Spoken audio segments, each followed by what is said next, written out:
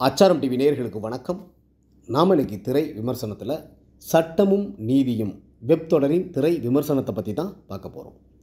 இந்தியாவின் முன்னணி ஸ்ட்ரீமிங் தளமான ஜி5 தமிழில் விலங்கு, அயலி, கூசோ, முனுசாமி வீரப்பன், ஐந்தாம் வேதம் போன்ற பல வெப் தொடர்களை வெளியிட்டு பெரிய அளவில் வெற்றி பெற்றன. அந்த வகையில் தற்போது அடுத்த அதிரடி கோர்ட் டிராமா சீரியஸான சட்டமும் நீதியும் என்ற வெப் தொடரை வெளியிட்டுள்ளது. இந்த வெப் தொடரில் நடிகர் சரவணன், நம்ரீனா மற்றும் பல நட்சத்திரங்கள் நடிச்சிருக்கிறாங்க. இந்த வெப் தொடரின் கதை என்னென்னு பார்த்தீங்கன்னா, தன் மகளை கடத்தி சென்று விட்டார்கள், மீட்டு தர வேண்டும் என்று சம்பந்தப்பட்ட காவல் நிலையத்தில் புகார் கொடுத்தும் நடவடிக்கை எடுக்காததால் கோர்ட்டு வளாகத்துக்குள் ஒரு பெண்ணின் தந்தை தீ வைத்து கொளித்து கொண்டு இறந்து விடுகின்றார். இந்த துயர சம்பவத்தை கண்டு நோட்ரிக் பப்ளிக் சரவணன் காணாமல் போன பெண்ணின் வழக்கை எடுத்து நடத்துகின்றார். அவருக்கு உதவியாக நம்ரிதா சேர்கின்றார்.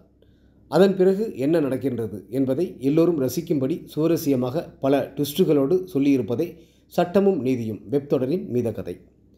திரையுலகில் 15 வருட இடைவெளிக்கு பிறகு மீண்டும் இந்த சீரியஸ் மூலம் ஹீரோவாக திரும்பியிருக்கின்றார் நடிகர் சரவணன். சுந்தரமூர்த்தி என்ற கேரக்டரில் சிறப்பாக நடித்துள்ளார். உறுதியும் உணர்ச்சியும் நிறைந்த சக்தி வாய்ந்த ஒரு பெண் கதாபாத்திரத்தில் நம்ரிதா சிறப்பாக நடித்திருக்கின்றார். இவருக்கு நல்ல எதிர்காலம் இருக்கின்றது. ஷங்கர், சண்முகம், திருச்செல்வம், விஜயஸ்ரீ, இனியராம் என இதில் நடித்திருக்கும் அனைவரும் அவரவர் கதாபாத்திரம் உணர்ந்து சிறப்பாக நடித்துள்ளனர். சரி கோகுலகிருஷ்ணனின் ஒளிப்பதிவு அருமை.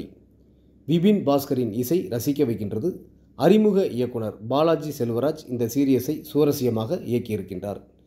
18 கிரியேட்டர்ஸ் என்ற நிறுவனம் சார்பில் தயாரிப்பாளர் சசிகலா பிரபாகரன் இந்த வெப் தொடரை தயாரித்துள்ளார். பார்த்து ரசிக்க வேண்டிய வெப் தொடர்.